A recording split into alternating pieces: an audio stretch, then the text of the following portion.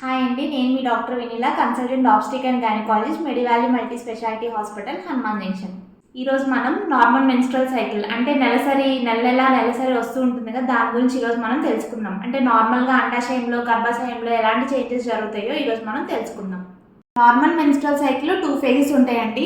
Ovarian cycle, menstrual cycle. Ovarian సైకిల్లో ఏంటంటే follicular phase, luteal phase. యూట్రస్లో ఏంటంటే ప్రొలిఫరేటివ్ ఫేజ్, సెక్రెటరీ ఫేజ్ రెండు ఉంటాయి. రెండు కరెక్ట్గా జరిగితే మనకి పీరియడ్స్ రెగ్యులర్గా వచ్చే అవకాశం ఉంటుంది, ప్లస్ ప్రెగ్నెన్సీ ఛాన్సెస్ ఎక్కువగా వచ్చే అవకాశం ఉంటుంది. ఫాలిక్యులర్ ఫేజ్లో పీరియడ్ వచ్చిన ఫస్ట్ డేకి అండాశయంలో కొన్ని ఎగ్స్ ఉంటాయి. అందులో నుంచి ఒక ఎగ్ సెలెక్షన్ జరుగుతుంది. అది గ్రో అయ్యి డామినెంట్ ఫాలికల్గా రీచ్ అయ్యి తర్వాత ఎగ్ రిలీజ్ అయ్యి ట్యూబ్లోకి వస్తుంది. ట్యూబ్స్ ద్వారా యూట్రస్లోకి వస్తుంది. ఏంటంటే మేల్ స్పర్మ్ అంటే మగవాళ్ళ కణాలు లోపలికి వెళ్ళి సర్విక్స్ ద్వారా గర్భసంచిలోకి వస్తుంది. అప్పుడు పిండం అనేది ఫామ్ అవుతుంది. నాన్ ప్రెగ్నెంట్ వాళ్ళు 24 to 36 అవర్స్లో ఎగ్ రిలీజ్ అయిన ఎగ్ డిజాల్వ్ అయిపోతుంది.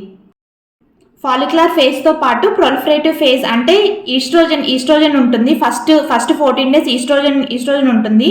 అది ఏం చేస్తుందంటే యూట్రస్ లైనింగ్ అంటే యూట్రస్లో పొర అనేది ఫామ్ చేస్తూ ఉంటుంది.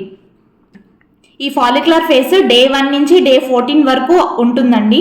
నెక్స్ట్ ఫేజ్ వచ్చేసి డే 14 నుంచి డే 28 వరకు లూటియల్ ఫేజ్ అని అంటాము. ఈ లూటియల్ ఫేజ్లో ఏంటి అంటే లూటియల్ ఫేజ్ ఏంటంటే అండాశయం రిలీజ్ అయిన దగ్గర నుంచి మెన్సెస్ వచ్చేంత వరకు దాన్ని లూటియల్ ఫేజ్ అని అంటాము.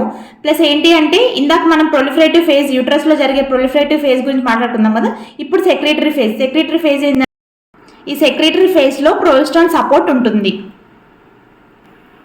ప్రెగ్నెన్సీ వస్తే ఎండోమెట్రియల్ పొర ఉంది కదా, గర్భసంచి పొర, అది థిక్నెస్ అంటే పొర పెరుగుతూ ఉంటుంది, థిక్గా అయిపోతూ ఉంటుంది.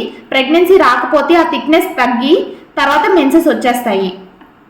Normal menstrual cycle 24 to 38 days ఉంటుందండి. 20 to 80 ml బ్లడ్ లాస్ ఉంటుంది. 2 to 8 days ఆఫ్ సైకిల్ మనకి బ్లీడింగ్ అవుతూ ఉంటుంది.